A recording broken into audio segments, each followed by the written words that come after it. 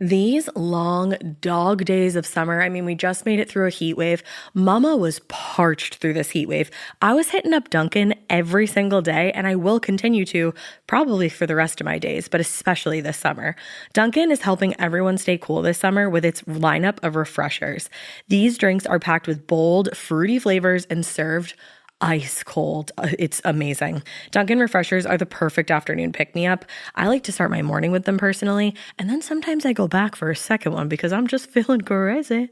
They come in a variety of delicious flavors, including fan favorites mango pineapple and strawberry dragon fruit. And then for a limited time, there's black cherry and there's pink pineapple. I'm going to tell you something right now, and it's a bold claim, let me tell you, but I stand behind it.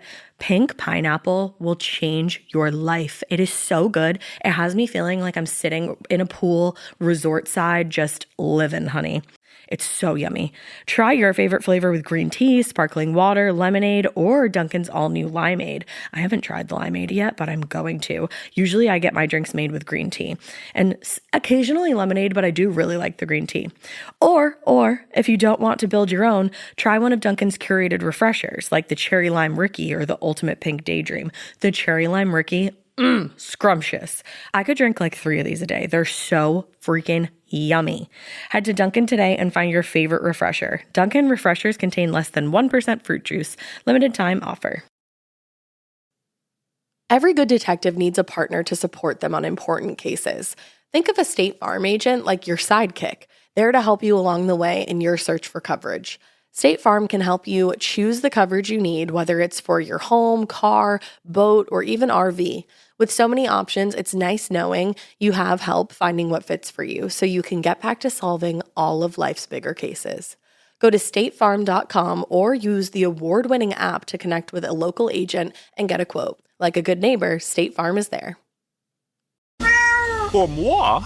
Claude, you can talk? I've always had the gift of gab, Nancy, but now you can understand. With Pretty Litter, the odor-neutralizing, long-lasting, health-indicating kitty litter that's simply the most luxurious way to bury my poopies and my peepees. Pretty Litter was developed with veterinarians. It helps me monitor potential health problems just by changing color. Go to prettylitter.com today. Pretty Litter, not just a pretty litter.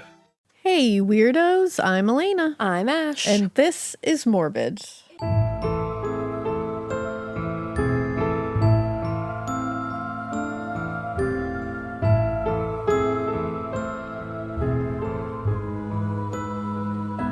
It is, and I'm so ready for part 2. This is part 2, and the story just gets weirder. The plot thickens. From here on out. It got weird at the end. It's gonna get weirder. George Deacon is a wild man. Oh, goodness gracious. A wild man. And before we get into it, go pre-order The Butcher Game. It's coming out September 17th. It's so close, everybody. Do it. Pre-order it. It's so close. Woo! I promise you, you'll love it. It's thicker. It's gnarlier. Looks good on a bookshelf. Looks good on. It's got a nice cover. You can get one nice of those cover. Stands where you can display it. You can. It's so pretty. It has a bloody leaf on it. What more could you ask for? Autumn is here. Spooky season. Oh God. So it's perfect. You don't even aesthetically understand. So go pre-order it, please. I beg of you. I love you so much if you already have. I love you if you feel like you want to. I love you even if you aren't going to, but I'll love you even more if you do. She has so much love in her heart for all of you. you. So much love in my heart. You can go to thebutchergame.com and you can see all the places you can pre-order it. And anywhere. There might still be tickets left to some of the events that we mentioned in last week's episode or the other day's episode. It's true, there might be. So go take a peek, but pre-order that episode. Pre-order that book. Remember, you might get it like a day early. It's like that fun little who knows? Who knows? That's a fun game to play. It's a fun game. I like that. But that's all I got to say to you before we get back into this, because I know you're sitting there going, huh? That's the thing. I have nothing. I could say a million things right now, but zoop, get to it. You're like, let's go. So when we last left you, we had successfully done the ransom drop. Yes. We had figured out, we'd found the car from Massachusetts. We had found that it traced back to George Deacon. And we found those wild photos of George Deacon. We also found some photos of Barbara Mackle. Yeah, which are so chilling. Yeah, and it's the one you can look at. And again, she's alive, don't worry. But she was drugged in that photo, by the way, we find out. But that's where we left off. So on the morning of December 20th, investigators learned that George Deacon had moved from Massachusetts to Florida, where he had found work as a boat driver for a marine science laboratory at the University of Miami. Now, agents tracked down Deacon's boss at that university. His name was Dr. Robert Hurley. He was the head of the Marine Lab. And Robert Hurley was who the car was registered to, right? So there's all kinds of weird shit going on. So according to Hurley, George Deacon was an incredibly bright and capable man who provided field assistance to the research scientists in the field. Weird that there was science shit buried in their front yard. Exactly. In addition to driving the boat for them, Deacon would apparently also help them build various kinds of ventilated boxes and containers that the team would use to transport their specimens. Like marine specimens. So he's very well versed in this. Oh my God. Now, at the time of him being hired in June 1968, George Deacon said on his resume that he was 23 years old. Okay. And he claimed that he had attended Northeastern University in Boston, Massachusetts. Hey. Under previous work experience, he had listed that he last worked as a Channel Charter Service driver in Sitka, Alaska, and that his supervisor was Jay Christ. Now, his resume looked very impressive, and it reads as someone who is interested in a career in science, engineering, that kind of thing.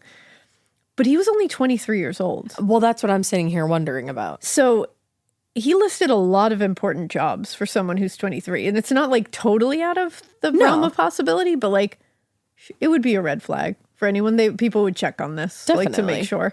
Because he's very young to have all these like esteemed positions. Yeah, by 23, I think I had waitress for a couple years and dropped out of community college. So it's like not everybody's got like 1,000 very important jobs on their resume. No. So Dr. Hurley later told agents, because they were like, yeah, what, did you guys check up on that? Yeah, like, did you think about that at all? He said, quote, obviously our people didn't study this thing very carefully.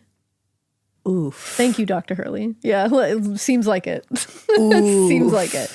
And what had happened was apparently he had gotten the job based on a recommendation from a previous coworker at MIT. So whoever was hiring him, the whole committee, didn't really bother to look deeper into his resume. So he just put a bunch of bullshit. Damn. He is very smart, though. That is one thing we'll find out. He's a brilliant human. Okay. He just doesn't use it for good, evidently. No, he certainly didn't. Now, aside from providing some general information about Deacon, there was one other thing that Dr. Hurley showed the agents. He said for the last several months, Deacon had been dating one of the younger researcher scientists, a graduate student named Ruth Eisman Shear. Okay. Now, he was asked to describe Ruth. What does she look like? Tiny, short. She's a small woman. Knew it. The description, once they heard it, it made the agents think, huh. Could Ruth Eisman Shear be the accomplice that Jane thought was like a teenage boy? Because they were wearing a ski mask, like they didn't hear the voice or anything like that. It seemed very possible just because of the mask and everything. So she could have easily passed. And there was also a call made from a young woman at the Mackle's house during all of this. Oh. And I'm not sure exactly what they said, but there was a young woman's voice that somebody detected. Okay. Now, based on the information that he provided to the Human Resources Department at the university, agents learned that George Deacon listed his address at the Al Rill Trailer Park in Miami. And so they went to talk to neighbors there. And the neighbors described him as, quote, bitter and bright and an admirer of wealth. Huh. Now, according to that neighbor, Deacon apparently, quote, resented living in a trailer. And apparently he lived there with his wife and 2 children for the last 6 months, for the previous 6 months. But 2 weeks earlier, his wife and his children had left. I was like, you said wife, but you also said he was dating a graduate student. They had left. Oh, goodness. This is a mess. Yeah. So on the morning of December 20th, as the agents were starting to close in on their suspect now, investigators caught a big break because they received a call from a young man who thought they'd seen George Deacon the night before. The previous evening, this man that was calling said he bought a detachable trailer in a local parking lot from someone matching George Deacon's description. When he read the paper that morning, he said he read about the kidnapping, and the man, he was like, he really looks like this guy. Like, I think it might be him. So he was worried the trailer might have been used in the kidnapping, so he called and reported it right away. Good. Smart. Now, inside the trailer, agents found some boxes, and most of it was just junk. But one contained several letters that referenced George Deacon, as well as another man named Gary Christ. Okay. Now, when the agents ran Gary Christ's name through their various databases, they learned that Gary Christ he had a criminal record. Not good. Several car thefts. He'd been serving a prison sentence at the Dual Correction Institution in Tracy, California until 1966. Oh, shit. That was only a couple of years before. Yeah. And then he escaped from the prison. You're shitting me. Quote, under a hail of gunfire that killed his escape companion. Oh, my God. And then he went on the run. What do they call on the yam? On the lamb. On the lamb. Oh, my. On the sweet potato. He went out on the sweet potato, never to be seen again. Tired. Oh, God. As soon as I said it, it's not the fucking yam. It's not I the said, why yam. did you say that out loud, you big idiot? I love it so much. On the sweet potato. Honestly, petition to change it. Petition to change it. Go out on the sweet potato. Out on the sweet potato. That Should be a t-shirt. I'm on the yam. Don't bother me. I'm on the yam. That'd be a good Thanksgiving t-shirt. That would be a good one. Oh, holiday. So Gary Christ was out on the yam. You know, he's out. As one is. He's out on the yam. And Listen, I'm in my afternoon slump. It's 3:44. Throughout his criminal career, Gary Christ had actually also gone by several aliases, including the name Arthur Horowitz, George S. Price, and Dr. Johnson Rarick. Wow, where did that one come from? Good for you. Good for you giving yourself a doctor. Dr. Johnson Rarick. Like, all right. And when the agents compared George Deacon's fingerprints taken from the Volvo to those on file with the California Department of Corrections, they discovered that George Deacon was the convict Gary Christ. Ding, ding, ding. Ding, ding, ding. Wow, this is a man who is on the yam after on the yam being in prison, and which escaped under a hail of gunfire. where somebody died. Yeah. Like, this is serious. Yeah, I know. I should take. Yeah, it is. I serious. mean, the yam isn't, but like like he's a serious motherfucker. I shouldn't be picturing him riding a sweet potato out of jail right now. Well, now that's all I picture. So I can't stop. I'll never stop picturing that. And honestly, I don't want to. I never want to stop picturing that. Someone draw that, please. No, I can't stop picturing it. Just with a lasso for some reason. So Gary Christ was definitely a criminal. Definitely a sociopath at this point. Oh no, a sociopath? I mean, he buried a woman underground. Oh, so I didn't know we got that far. So yet. yeah, Sorry, like I'm focused on the end of it all. He's pretty bad. Oh my god, because he's definitely the kidnapper. He's George Deacon. Oh, that I missed that. I'm really glad that that didn't hit, because I was like, I thought that was gonna hit harder than it did. Yeah, I'm so sorry. Fuck. All right. I'm here. I don't know what's going on. You need some coffee? I think I do, probably. Give me a Red Bull. Okay. All right. What a fuck. I don't know. I was like, yeah, he's crazy. I was like, why are you questioning that? Yeah. Because you're like, oh shit, he is. I'm like, I feel like that's pretty safe to say that. I don't know. I was listening too. I promise. Put a whole person in a box underground. Yeah, that's fucked. Okay, that's really bad. I'm sorry. Yeah, but don't worry about it. It's because now you know. George Deacon is scary. When I said it, you were like, oh. And I was like, she didn't get damn, it. I thought that was going to hit. There was a lot of names said within that period. It's true, there was. I'll give you that. And I, like I said, dropped out of community college. So here we are. Well, Gary Christ, who is George Deacon, the kidnapper. So he's the guy that had been in jail before? Yeah. Prison. He's the guy who escaped on the sweet potato. Okay, in a fuck. hail I'm of with you now. gunfire. All right. That's all him. right. That's George Deacon. That's our guy with the police hat on, with the beefy description. He's and he has This all is these that guy. aliases. And he has a ton of aliases. The problem was I was really focused on him riding out of prison on a sweet potato. He was dating Ruth Eisman Shear. Okay, all right. Who I'm here. could be his accomplice in this because Yes. the agents are sitting there going, well, she is a small. Yeah, I got all that. I got all that. Same people. Oh, fuck. So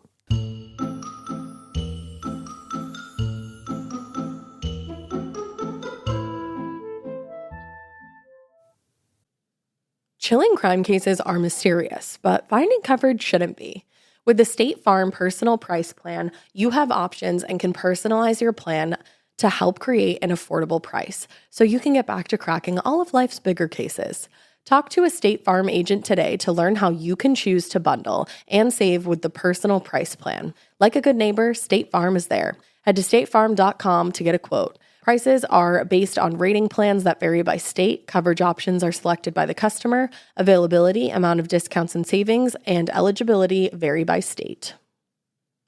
Okay, imagine this. A honeybee is out here doing her thing in an orchard, lands on a mystery apple blossom, then carries that pollen over to a Honeycrisp tree. Fast forward a few months, and no exaggeration, something amazing is born. The Sugar Bee apple. Packed with notes of honey, caramel, and molasses, plus an extra crisp crunch, Sugar Bee apples are perfect for snacking, baking, and everything in between. Download our new free recipe book and find a store near you at hellosugarbee.com. Sugar Bee apples, naturally sweet, from bee to you.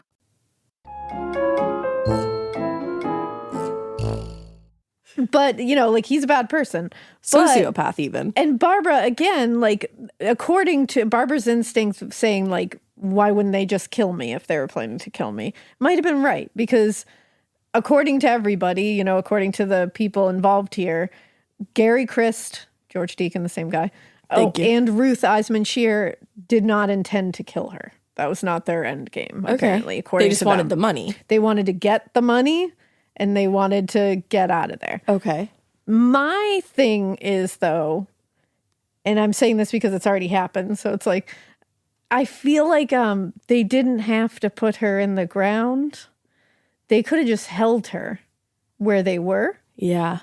And then claimed that they had put her in a box underground because they didn't provide the Mackles with any proof that she was in the ground. Right. That picture never got to them.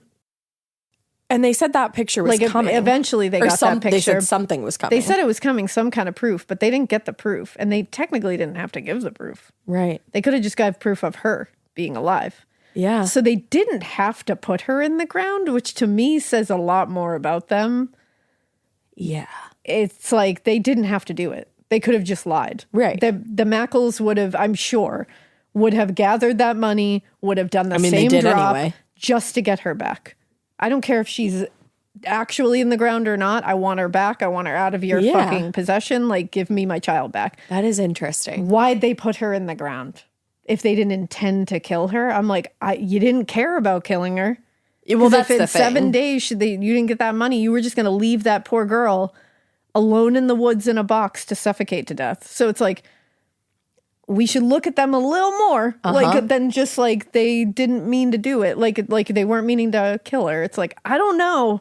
It would have happened. There was a lot of intent if here, things and had there was a gone lot wrong. of negligence, and there's a lot of just strange pathology. yeah. I'm trying to think of the word I'm thinking of. It's very but there's definitely a disinterest in what is happening to her. It's Indifference. Indifference. That's exactly the word I was thinking Indifference. of. There is an indifference. Why the fuck couldn't I think of that No, word? I thought that's what you were thinking too. Thank you. But the word was not coming to me That either. feels so much better.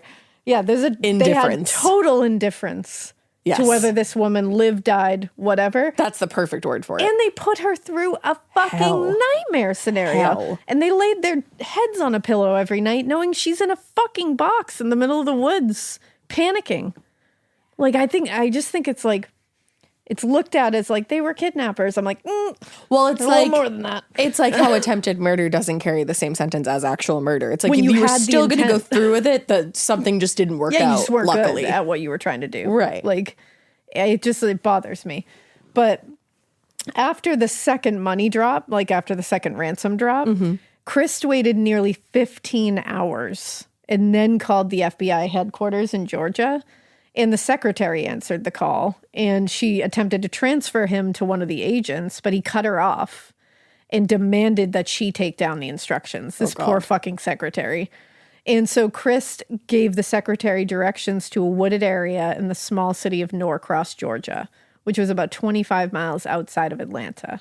But he gave super vague directions, and he gave no indication about what the fuck they were supposed to be looking for when they got there.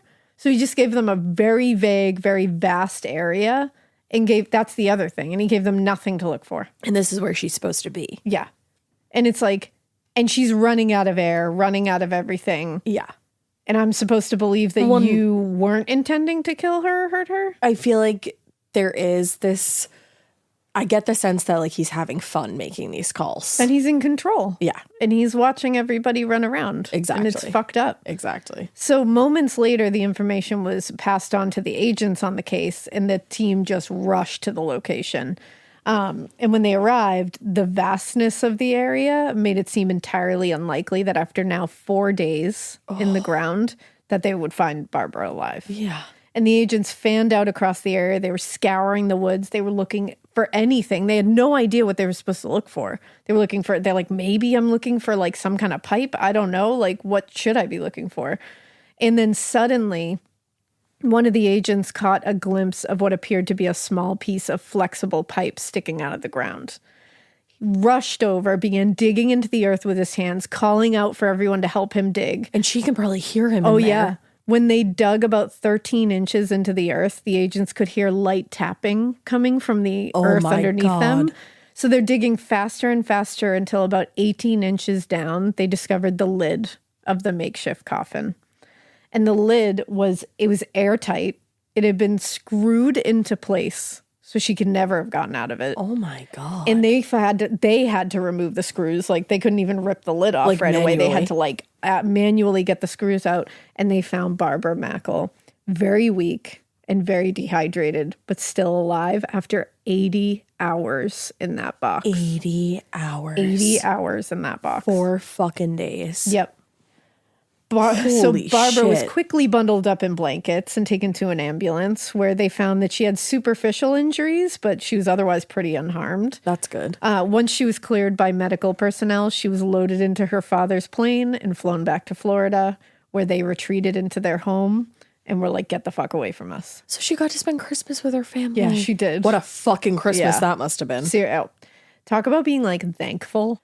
In a statement to the press, Robert Mackle's brother, Frank, told reporters that Barbara was, quote, in good health and good spirits, despite her ordeal. Wow. And she told the family her kidnappers, quote, were very considerate, actually, and she was very well taken care of by a woman. Huh. And in fact, Frank Mackle told reporters that Barbara's main worry was that we would be worried. Oh. Yeah. And nobody knows if obviously that was true or if Barbara was just sparing her family The horrible any details. emotional horror of dealing what she had to deal with. Yeah. But Gary and Ruth technically didn't have a history of violence. And both maintained that they only took Barbara for ransom. So I still don't really, I mean, I believe Barbara, what she says. Yeah. But I don't believe their intention was purely Money. we get money in that. I think that was 100% the motivation. I don't think they went into this because they were like, let's hurt someone today. I don't think Yeah. that was the case. I think they were like, I want the money. I don't really care if she lives or dies. Exactly. It's not It's my like you problem. said, the Yeah, I think indifference. it's the indifference of it that bothers me. I agree. But the next morning, J. Edgar Hoover gave his own statement to the press. And he stated that arrest warrants had been issued for Gary Christ and Ruth Eisman Shear for the kidnapping and attempted ransom of Barbara Mackle. And in his statement, Hoover noted that Christ had escaped from the dual correctionist institution, and the warden described him as, quote, a young man of very superior intelligence. That's scary. Very.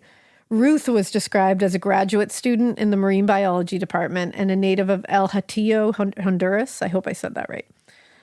Both were described as armed and dangerous, with a demonstrated willingness to fire upon law enforcement if cornered. In the days after that, FBI agents tracked Gary Christ's movements to West Palm Beach, Florida, where he stored his car at the All Right West Palm Beach parking station on December 20th. This was like as he was telling them where Barbara was, they were able to track all these movements backwards. Okay. He had told the clerk that he would return to get the car in 10 days. And from there is where he went to the Dixie Market, and that's where he used the telephone to place the call to the FBI office to tell them where Barbara was. That afternoon, they were able to track him to the D&D Marine Supply, where he rented a boat, an Orlando Clipper, and set out along the coast in the direction of the Bahamas. Oh, no. Now, again, this was them tracking his movements after the fact. Uh-huh. So he's already set out. Uh-oh. Now, they were like, cool, he's definitely trying to flee the country, obviously. So they scrambled to capture him before he was outside of U.S. jurisdiction. Holy shit. Is this a fucking movie? It's wild. No, but did they make this a movie I think ever? they did make this into... I can't remember if it's a movie or a TV show. It might even be both. Let me look it up. 83 Hours Till Dawn. It's based on her autobiography. It was a TV movie. Yeah, there it is. Damn. Damn. That's crazy. Okay, keep going. Now, unfortunately, by the time the sun had gone down, and without knowing exactly where he was, there was no way to find him in the dark at that time. So the following morning, December 21st, a Coast Guard plane carrying several FBI agents spotted his boat. Shut the fuck up. It was abandoned on the coast in Fort Myers.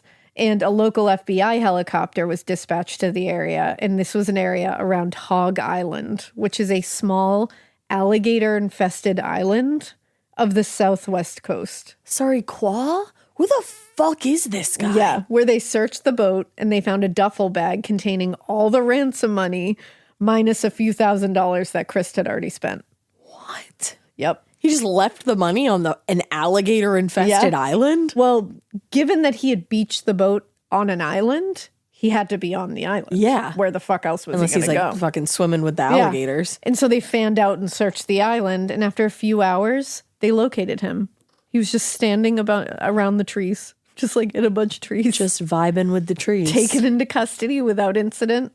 And after all that had led up to this, it was pretty uneventful. And it was like up till this point, it's like, oh my God, he's on a boat. He's on his way to the Bahamas. Holy shit, we can't even see him. It's the next morning. We have a plane. Oh my God, it's his boat. It's on an alligator-infested island. Holy shit, he's on the island. He's in the trees. Like, it's just like, oh, there he is. But where's Ruth? And it's like, what the fuck? How does it end with like, there he is? Hey, he's just hanging. I just in the picture him like trees. leaning up against a tree, like drinking Literally. a coconut. So an agent literally said he was just standing there in the mangrove. What the fuck? They said he didn't even put up a fight. He had no comment. I mean, what the fuck else was he gonna do? I'm on an alligator-infested island. Really, what do I do? I guess he wasn't armed then, huh? He was carrying a small gun and about $18,000 of the ransom money. Alrighty. Yeah. So 3 months later, on March 5th, 1969, Ruth Eisman Shear was arrested by agents from Oklahoma State Bureau of Investigation. It took Oklahoma 3 months. And Oklahoma. After a That's potential fucking employer ran her fingerprints as part of a background check and alerted the Oklahoma SBI. Shut the fuck up. So she was trying to get a job and they were like, oh, baby, you're on the FBI's most wanted list. Like, what the We're fuck? gonna have to apologize, but Yeah, the sorry, you answer didn't get is this no. one. You didn't get that. We're going to pass on. Another candidate seemed to have what you don't, which is not being on the FBI's most wanted list. Yeah, that's kind of like what we go for around We're here. neck and neck at that point, but that's Sorry. really what tipped them over. The FBI list is always a tiebreaker. It's always the thing we look for, you know? Fuck. And in fact, at that time, she was the first and only woman to appear on the FBI's most wanted list. Wow. This woman. That's crazy. Ruth was charged with extortion, and a judge set her bond at $500,000. I'm like, can we put attempted murder in Yeah, there can as we do well? that? They buried her in a fucking box. At the time of her arrest, it appeared to agents as though Ruth was planning to flee the state. And she told various friends and acquaintances different stories about how she was going to be taking some time off. And she left her roommates 3 separate notes. And later, some of her friends said that she was definitely expecting to be arrested, it seemed. When asked for comment about the arrest, Barbara Mackle said, I think it's a great tribute to the efficiency of the FBI. Barbara forever. Barbara's such a classy lady. She's a sweet queen. She really is. And by the time she sat down with agents on the afternoon of her arrest, Ruth had prepared a statement regarding her relationship with Gary Christ, whom she only knew as George Deegan. She did not know his real name. According to Ruth, they met while she was studying marine science at the University of Miami, and she quickly fell in love with him. And after about a month or two of having a relationship, Chris told Ruth, I have the idea for the perfect crime. Are you in? No, the answer is always no, baby. And she was like, I'm sorry, what? And he was like, well, if we pull it off, we could take all the money and run away together. But you'll never pull off a great crime like you that, won't. and you shouldn't try. Nope. She wasn't put off at all by her new boyfriend's suggestion at all. That's and they something. began poring over Miami's social record, which is how they came across Robert Mackle's name. And they learned that Robert Mackle had a daughter, Barbara. Oh my God. So they're pieces of shit. Yeah.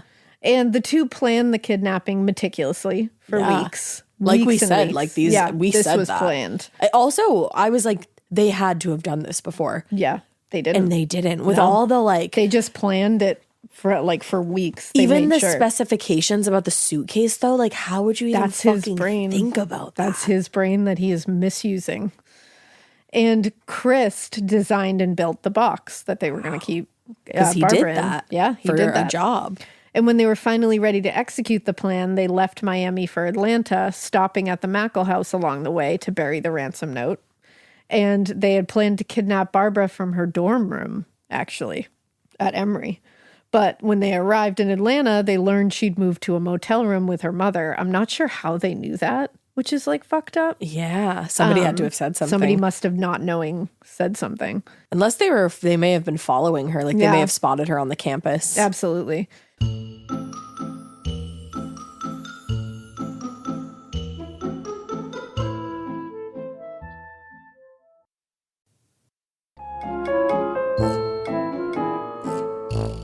So they revised their plan over lunch at a diner. And while they were at the diner, they stole the hat of a local police officer in the restaurant. And that's the one they used. Are you kidding me? So in case the whole situation with the kidnapping didn't make you think, like, what the fuck's going on with the police there in the 60s? Yeah. They were able to steal one of their hats at a fucking diner. Just like whip it off his head. Just took the hat. He What? probably left it on the fucking table while he was Probably. going to pee or something. Like, My goodness. what the fuck? So in the few days leading up to the kidnapping, Ruth and Chris watched Jane and Barbara. And that's how they learned about Stuart Woodward and knew what kind of car he drove so that they could use it in that ruse. Right. Now, Ruth explained that everything was going up to plan until the first night of the ransom drop when the police intervened. Yep. And the couple became separated. And a few hours later, because remember, they went in different directions when the police came. Yeah. Ruth, a few hours later, returned to the car that they had abandoned, but didn't, and was trying to wait for him to come back, but he never showed up. So he just fucking left So her she ass. thought he'd taken the money for himself and abandoned her. So she thought she was used, and she went back to Atlanta, got on a bus. She took the bus as far as her money would get her, which turned out to be Norman, Oklahoma. She found work at a drive-in restaurant and took a room at a boarding house. It was just going to be like, well. So to be clear, she helped bury a woman in a box in the middle of the fucking forest. And then just dipped. And when then it she was didn't like, work well, out. looks like my boyfriend dumped me, so I guess I'll just go get a job somewhere and live my life. Not caring at all about what happened to Barbara. I'm going to go ahead and say it. What a fucking cunt. Like, whoa. what? Like, damn. That is, cold. that's so cold and so callous. And that makes me sit here and say, what the fuck else are you capable That's of? the thing. Because if you're capable of going on with your life, knowing that a girl is in a box. Yeah, and that you don't know if it's going to end or not.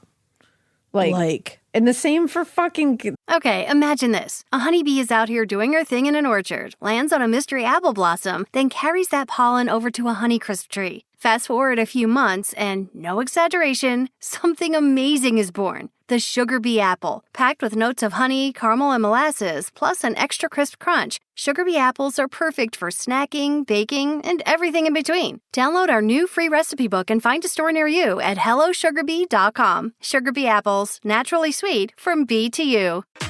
You know that thing where you get an amazing pair of shoes at a really great price and want to tell everyone about it? Yeah, so do we. Here at Designer Shoe Warehouse, we'll give you something to brag about. Like the latest styles from brands you love, or the trends everyone's obsessing over, or shoes that make you feel like, well, you. So go ahead, show off a little. Find shoes that get you at prices that get your budget. Head to your DSW store or DSW.com today. DSW. Let us surprise you. This Both of asshole, them. like, thank goodness they They're got both cunts. Gary. Yeah, because Gary was just going to take that money and, you know, off he goes. And Gary's just as bad. But Ruth, it's like, you weren't even there when Gary called the FBI to tell them where Barbara was. Yes, As far you didn't as even you know. know, he's never told her where they are and they're never going to find her. And you didn't place and the you call. were just popping off into the rest of your life. Exactly. At the very fucking least, Gary called and told where she was. Yeah. Which I'm not giving him credit for, No, but no, I'm no, saying no. like, what a different situation where it's like you were just popping off to live your life. You had no idea. Like, damn. This is mind-boggling. They are such vile human beings. Yeah. Now, at her arraignment on March 7th, Ruth told the judge, "It's a terrible feeling to see all these people out there and you are all alone and they're all against you." She was talking to the large crowd that had assembled outside the courtroom. Hey, you know what else It made I her bet sad. a terrible You know? feeling is? Being buried in a box in the woods. Yeah. Like a couple days before Christmas or fucking ever. Yeah. All alone. Yeah, it's like, Ruth, you feel alone? If I was You feel alone. you wonder, like, judges do get snappy sometimes, and we always love that, but you wonder how they're not just snappy all the time. Because how do you look that girl dead in the face and just be like, yeah, anyway, moving on now?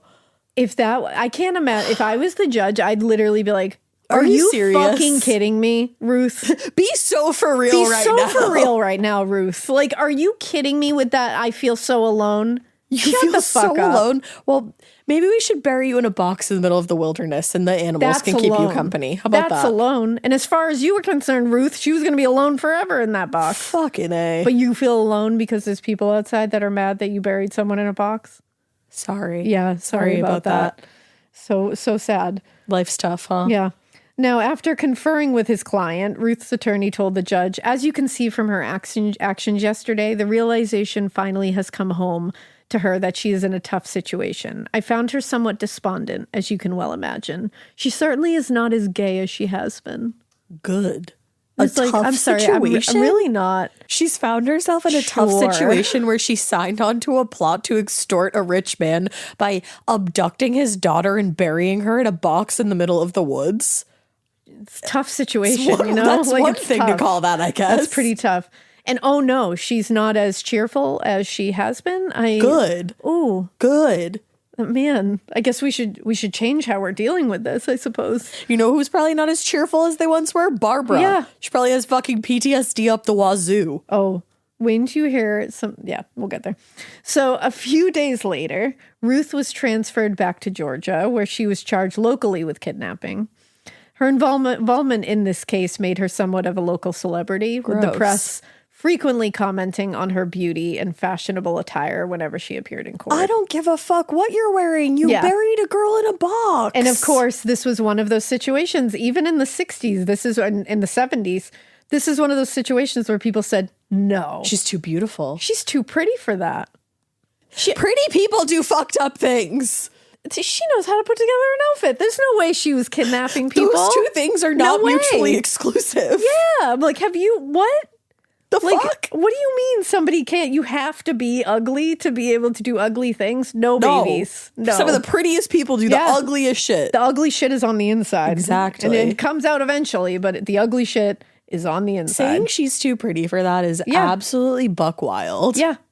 And it's what? And the worst part is you look at her and you're just like, wow, girl. Like, really? Like, cause she's a very normal looking person. So Yeah, I you would understand never why some suspect it. people, like, especially because we look at it through like a 2024 lens. Yeah. And we're like, of course anybody can do that. But I think even back then it was still shocking to see like Especially a woman. a woman, you know what I mean? And especially a woman that's pretty and fashionable, like being like that. So they're just like, what? People are like, no. Can It's you just imagine if that was your bonkers. defense? I am way too pretty and I put together Yeah. way too good of an outfit to be accused of this. And they're like, got it. But others really liked the femme fatale narrative because they found it more compelling. One article asked, could a woman like Ruth Eisman Shear, the fetching, hysteria-prone blonde with a knack for attracting males to love and protect her, provide the motivation to drive a man to carry out a kidnap scheme? I don't think she drove him to do it. Could I think she, she was everybody? just along for the fucking ride. Yeah, it sounds like he actually came up with the idea, but Are thank you you guys for that. all right? In fact, the article goes on to say, as a Miami Beach clinical psychologist told me Saturday, are you ready for a Miami Beach clinical psychologist and what Probably they have to not. say? In many instances, the woman is the driving force, and yet when the crime is committed, she does not bear the responsibility. I would put my life savings on the fact that a man said that. It's like, I would put my life savings on it. okay, unnamed Man. Miami Beach clinical psychologist. My God. But later that month, Ruth pleaded not guilty to the charges of kidnapping and extortion, and a trial date was set for June 9th. But when her trial date came, Ruth changed her plea to guilty to one count of kidnapping and immediately began serving her 7-year sentence at the Georgia State Prison for Women. 7. Back it up. Yeah. 7 years. 1, 2, 3, 4, 5, 6, 7. That's it. She went along with a plan to extort a father by burying his, I just got to say it one more time, everybody, burying his daughter in a box. And then when it didn't really work out, she just moved Dipped. to Oklahoma. Yeah. The fuck? 7 years? Is everybody all right? And genuinely, why was attempted murder not put on there? Because don't you get it? No. They never wanted to kill her. Psych. Don't you get it, everyone? Oh my God. Yeah. Because they said. Yeah, let's believe them. In 1973, Ruth successfully petitioned for parole That's fucking crazy. and was released from prison, and she was deported back to Honduras, and she receded from the public spotlight. good for her. Get out of there, girl. After his arrest, Gary Christ said very little to authorities, and in early March 1969, he pleaded not guilty to charges of kidnapping and kidnapping for ransom. The plea was made with a special attachment that it could be changed at a certain point, pending a sanity hearing. We do have to go back for just 1 second. She really is the normalest looking girl I've ever she seen. really is. Wow. Yeah, That's scary. it's bonkers. That's scary. So District Attorney Richard Bell told reporters, the special plea means that his lawyers think Christ is unable to understand the charges against him. Now, between his arraignment and his sanity hearing in April, Gary Christ began a hunger strike in his cell in Decatur, Georgia. And this is because he believes someone was trying to poison him, he said. Kind of like he poisoned multiple people with chloroform and or ether. Yeah, I also think it's complete bullshit, and so did the authorities. Sure it is. They believed that the hunger strike was his attempt to be moved to a more escapable place. Yeah, probably. Because remember, he escaped from prison before. But after 28 days of hunger strike, he collapsed from malnutrition and required intravenous feeding. And the sheriff told reporters, he does little now but sleep. He's stopped his almost continual writing, but he still will wear nothing but a pair of underwear shorts in his cell. He does love to be naked. He does. His attempts to convince psychiatrists of his mental illness were unsuccessful. Okay. And he went to trial in mid-May. In fact, despite having been evaluated by 10 different doctors, the defense never called any one of them to testify because, as one reporter said, no psychiatrist would call the defendant insane. Yeah. Rather than demonstrate any symptoms of mental illness, like a lot of these defendants do when they're being evaluated, they at least try. Yeah. He didn't. He would just spend hours complaining to these psychiatrists about the justice system as a whole. Okay. He said, he was quoted as saying, the law is unjust in its conception and its application. It's mechanically unsound. It is bound to disintegrate and fall apart. It's very poorly conceived. Disagree. And when they came to his own case, he believed the system was just rigged against him and in favor of those with wealth and power. And I was like, wait, do you mean the people whose daughter you stole and put underground? Like, I don't know if that one's rigged against you. Like I'm not saying in general. I'm saying in this particular case, I don't think that one was rigged. I think you put someone's child underground in a box and then extorted money out of them. So I don't think I'm with you on that. That it's good. rigged against you. I think you did a bad thing. Is that even riggable? And you happened to do it to a wealthy, powerful person, which was your problem, and no one else's. Yeah, baby. Like, I'm sorry you chose someone who is, like, smarter than you and like more powerful than you. Yeah, to steal their child and put them in a box underground. I don't know about all that. It's like, dude, I don't think you're going to win with that one. I don't think that one you're going to get a lot of people being like, totally. Should have been able to. Totally rigged. Absolutely. Calling that rigged is wild. And he said, quote, "I've offended the cartel that runs this country, in case you don't know. I'm in jail simply because I was overpowered." What? So he's calling like the rich and powerful, like the cartel of this country. And he's saying, I offended them. And I was like, you definitely offended some people. Yes, I'd say so. But like, the other thing is, I don't see it the way you see it. You're not. He's acting like he's like Robin Hood or something. And That's I'm like, the thing. Like you robbed from the rich and gave to the poor. Like you were trying just to become rich. Yeah. Like you wanted to join that very cartel, quote unquote. And it's like, you did it by taking someone's daughter and putting them in a box underground.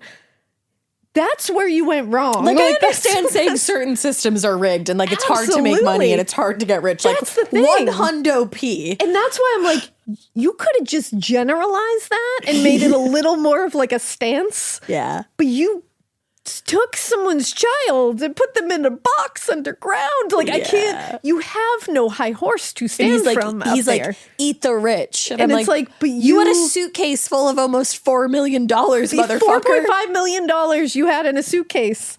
And you were running off to the Bahamas with it. Let's bury you in a box. Because you took someone's child and put them in a box underground. It's like, that is where your problem lies, my friend. Yeah, it's the You didn't box just of it steal all. money. No. You didn't even extort money in any other way. You took a whole human from somebody and put them in the fucking ground to possibly suffocate to death. You didn't know if she was still alive. You had no fucking clue. She could have died the first night. You did that with like specimen, like marine specimen. Yes. You never did that with a human. You didn't know how the fuck that was going to go. And you certainly never buried them under the ground. No. I don't see you burying marine fucking specimens underground for Not research. to my knowledge. And it's like, so you're sitting there trying to take this like passion stance, and it's like, nope, not in your case, buddy. Like, let's be real. To sum it all up, that ain't it.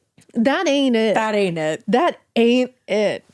And so, despite his statements about a rigged system and trying to Fucking appeal moron. to the greater, thought of that, people do look at the justice system. Yeah, and we've of looked at course. it before as like being unfair and being broken and all that stuff. Instead of like, it does work. And the jury did seem to take pity on him a little bit from that. That's absolutely insane. They 'Cause, like, deliberated. not in this case. Yeah, they deliberated for a little over 4 hours and then returned a guilty verdict with the recommendation of mercy.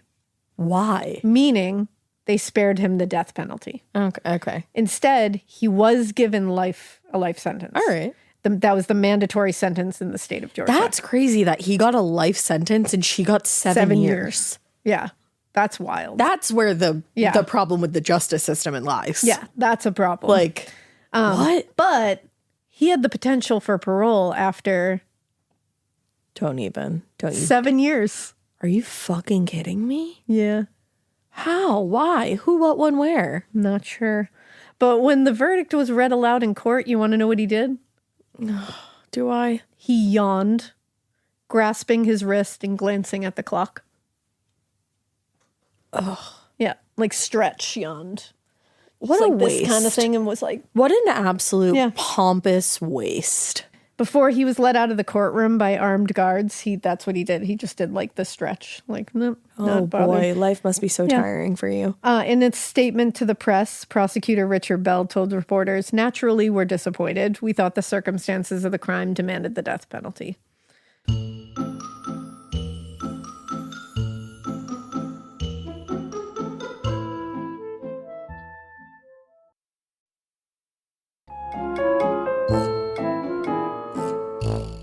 The trial was the first time the public got any insight into Gary Christ's psyche and personality.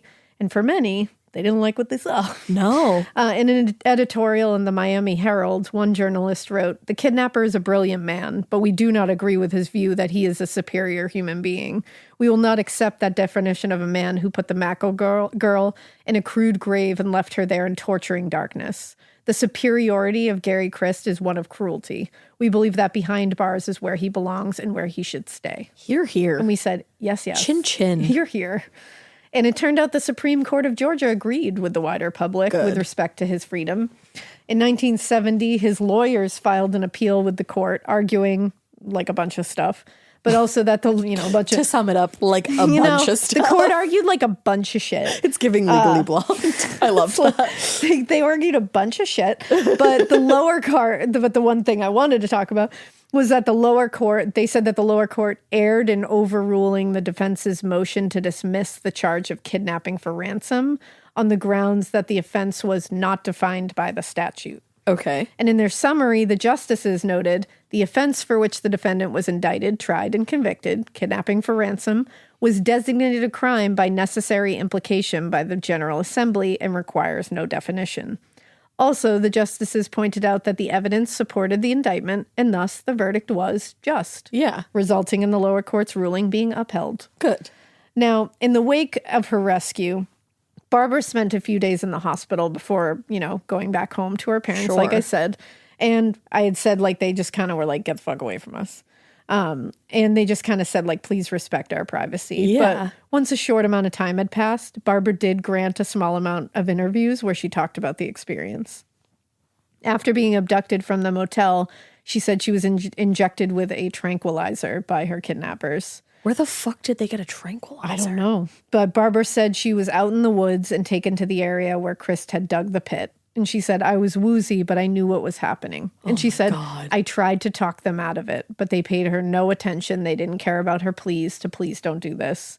And instead, they forced her to take that photograph of her holding the kidnapped sign. So that's why she looks that way, because she's on tranquilizers. Yeah, no, it makes sense. Throughout her ordeal, Barbara said she tried to keep her mind off of the terrifying potential of how this situation could end by thinking of her friends, her family, like we said, singing to herself, singing Christmas carols, trying to make herself laugh, she said. But the reality of being in the box was unavoidable. She said it was cold, it leaked, it kept dripping from above. 83 hours. 83 hours. And she said on the fourth day, when she was rescued by FBI agents, she said, I could hear footsteps. I thought it was the kidnappers coming back for me. I had been there so long, I really didn't care. And when she was pulled from the coffin, the first thing she asked the agents was, how are my parents? Oh. Yeah, and they said that was the first thing she cared about was, how are my parents? That's amazing. And she said it was only after she looked around at their faces that she realized, how relieved she could be. And she said they were all crying. All the agents were bawling their eyes out. I can't imagine. And after giving a few interviews, Barbara was determined to put the entire experience behind her and just move forward. I don't blame her. But 2 years later, she partnered with Miami Herald writer Jean Harrell on a book about her kidnapping. And following its publication, she vowed that I'm not revisiting this story again. Yeah. And that book is called 83 Hours Till Dawn. You can find it still today. That's I don't what know the movie how must be many named after. there are, but yeah. In 1971, this is my favorite part of the story.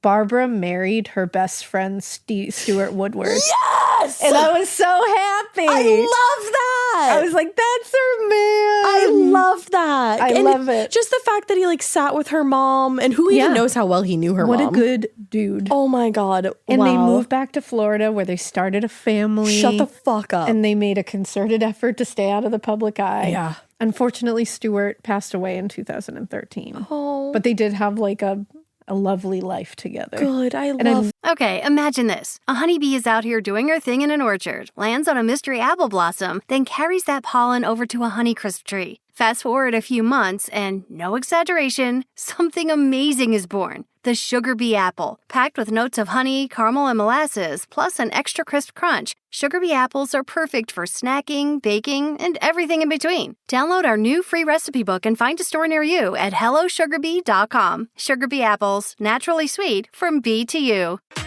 You know that thing where you get an amazing pair of shoes at a really great price and want to tell everyone about it? Yeah, so do we. Here at Designer Shoe Warehouse, we'll give you something to brag about. Like the latest styles from brands you love, or the trends everyone's obsessing over, or shoes that make you feel like, well, you. So go ahead, show off a little. Find shoes that get you at prices that get your budget. Head to your DSW store or DSW.com today. DSW. Let us surprise you. Love that she married him. Like That's my favorite part 1971, they got married. Fuck yeah. I was so fucking happy when I read that. I was like, that's what I need for my Barbara. That's what I need. That's what I need. Barbara deserves a Stewart. She did. Wow. Stuart was the guy, man. Oh, that's hanging out all day, studying with her. Yeah. Going to her dorm to get her notes. The whole time I was reading this for the first time, I was like, what a good guy. I love this guy. He seemed like a stand-up And then fella. at the end, I'm like, they get married. Wow, and they have a family. Oh, and they had kid. Like, it's great. I'm so happy that she fucking queen to say, I'm going to write this book because Tell like you this all is a about story it. that's got to Yeah. be told. And then I'm done. I'm going to move on. Like, she's a strong individual. Yes, That's like, crazy. Good for her. Good for her. Wow, what a Yes. fucking story. Oh, I'm not even done. What? You thought I was done? I sure did. You thought it just ended there? I mean, yeah, kind of. So that was in 1971. They got married. Like, she's off. She's happy. Yeah. In the summer of 1973, Gary Criss tried to escape from the Georgia Diagnostic and Classification Center by crawling through the air conditioning ducts and hiding inside a large garbage bin, where he was then loaded onto a truck to be removed from the grounds. Gary. The attempt earned him, he did get caught, and he got an additional 2 years on his mandatory minimum, so he had to do 9 instead of 7. In May 1979, he was paroled That's fucking nuts. from Georgia's Reedsville State Prison, much to the disappointment of Atlanta residents. Yeah. Yeah, Superior Court Judge H.O. Hubert said, I just don't think he'll ever change. Given the nature of the case, burying the girl in the ground, like he was like, what the fuck? Regardless of how the public felt or the judge felt, the state's parole board felt justified in their decision. That's very interesting. They said, there is nothing in our files to indicate Gary Stephen Christ is violent or dangerous. How about the part where he buried a girl in a box underneath the ground? Is that in your guys' files? You guys are just forgetting that part? You guys are not very demure. You're not very mindful. No, not at all. And they said if he does commit a crime, it won't be a crime of violence. How do you know? And they went on to further justify their decision by minimizing his original crime. Ready? Ready for what the parole board said? Never. Mrs. Woodward suffers no lasting trauma from the ordeal. Mrs. Woodward, meaning our girl Barbara, because she's married to Stuart now. She doesn't give a fuck about you guys, but fuck you guys. And also, how do you know? Who the fuck do you think you are? Did you contact her? They're literally like, he's not violent and she's fine, so... Wow. Gross. Gross. To everyone's surprise, Gary Criss did make an effort in the beginning to show the world that he had turned around. Yeah. The conditions of his parole required him to initially move back to Alaska. Bye. And in 1983, he was accepted into medical school at the University of Washington. After completing his program and earning a medical degree, he struggled to find a state that would grant him a license. Because, like, I'm sorry, I just have to ask. The charge that he served time for, that's a felony, right? Yep. Can your doctor be a fucking felon? That's what I was a little Excuse concerned me? about. That's why he was struggling, I think, to find somebody that would give him a license. And then in December 2001, the state of Indiana granted him a probationary license to practice medicine. You said what state? Indiana. Let's not go there. Yeah. And he opened a private practice in the tiny town of Christney. Alrighty. Yeah. Yeah, yep. So, now in the months leading up to and immediately following his parole period, he found a number of people that were willing to vouch for him and assure his critics that he had changed for the better. And in fact, it was because of these people that the parole board even considered releasing him. Like, they were really part of it. But for every one person that was insisting he was a better person, there was twice as many who were like, no. Incorrect. Sorry, I just hit my microphone. I'm so mad. She said, I said, no. I slapped my microphone out of the way. No. That's the end. It was twice as many that would say, no, he's a narcissistic con man. And, like, it's going to turn out bad. It turned and within out bad, a year didn't of it? opening his practice, he kind of proved the critics a little right. In the fall of 2002, after less than a year after receiving his probationary license to practice medicine, As the a felon. licensing board pulled his license for failure to comply with the supervisory requirements, writing his own supervisory reports, and forging his supervisor's name. In addition to the lies and fraud related to his license, there were other incidences that also led to this. In one, he reportedly told a 13-year-old patient with an eating disorder that she, quote, had a big butt. Oh my God. And on another occasion, records show that he told a woman who'd recently been diagnosed with HIV that, quote, her boyfriend must be thrilled. Oh my God. During this period... That's why doctors probably shouldn't be felons. No. And during this period, he was also accused of sexual assault by a patient. And he fled the state before facing prosecution.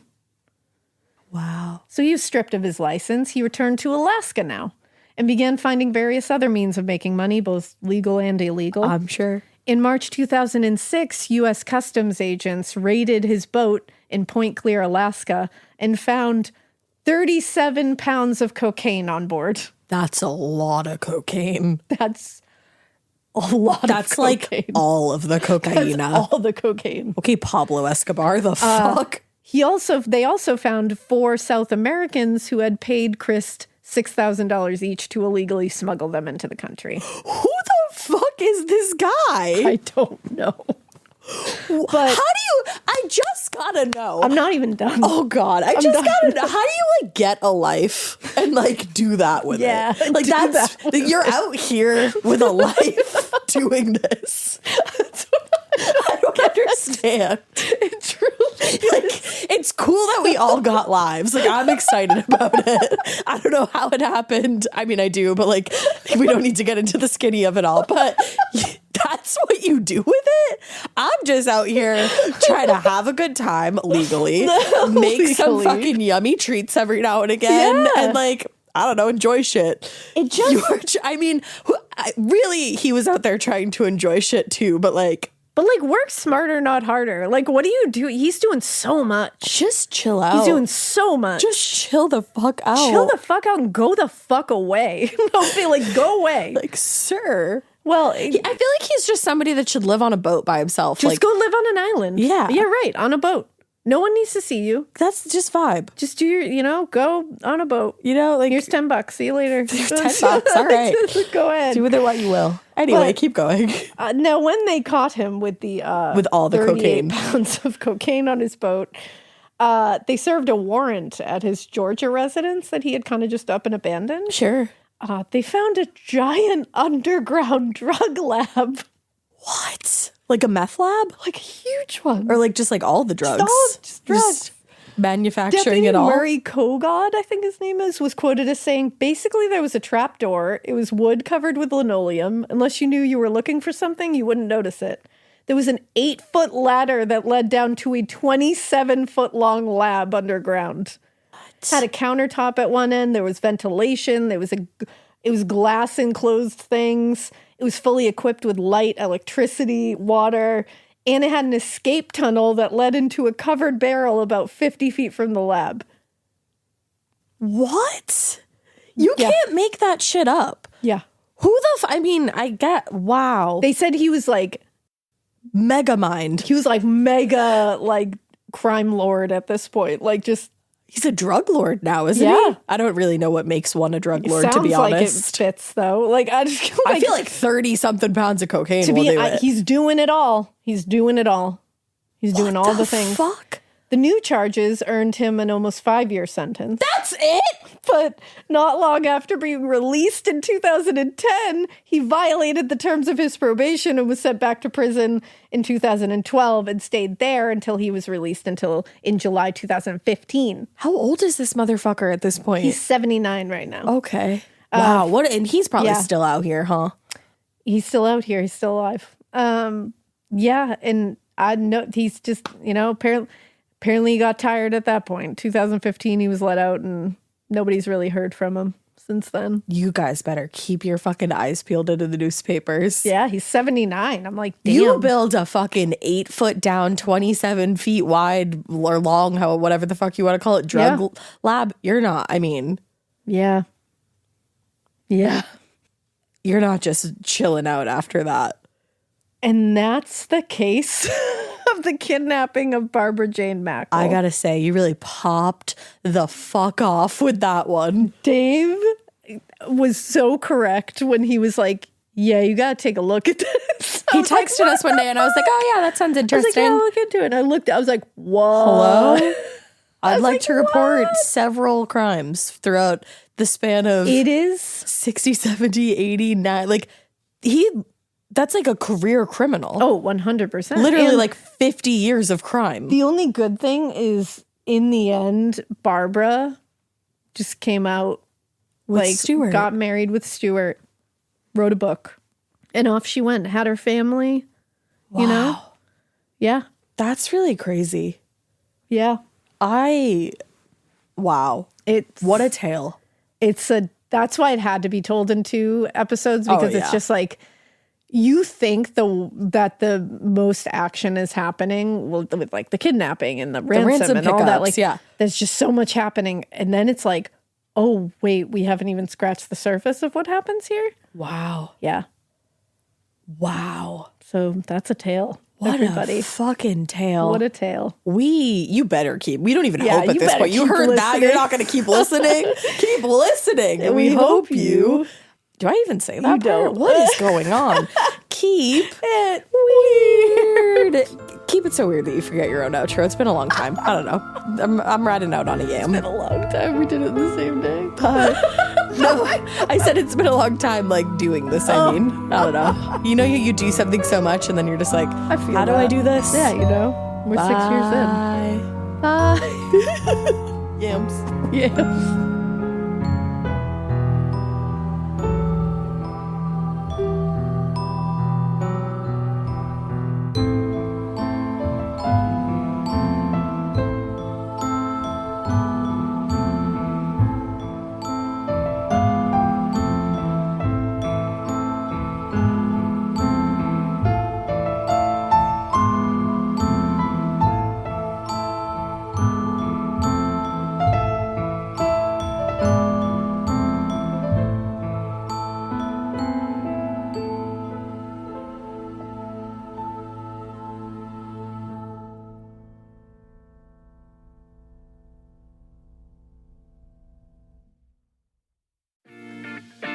Walmart shoppers, meet the debit card designed with you in mind. The Walmart Money Card offers up to $75 cash back on purchases at Walmart each year. Early direct deposit, overdraft protection, and so much more. When Walmart is your everyday store, you need a card to match. That's the Walmart Money Card. Open your account today. The Walmart Money Card is issued by Green Dot Bank, member FDIC. Fees, terms, and conditions apply. Visit walmartmoneycard.com to learn more. Talk about regrets. We all know someone who's been in a car accident and said, I don't need to call a lawyer, only to regret it after their pain and damages were worse than expected. When someone hurts you, you deserve to be compensated fairly. Morgan & Morgan is America's largest injury law firm, fighting for the people for over 35 years. Injured? Visit forthepeople.com/podcast. That's forthepeople.com/podcast. Their fee is free unless they win.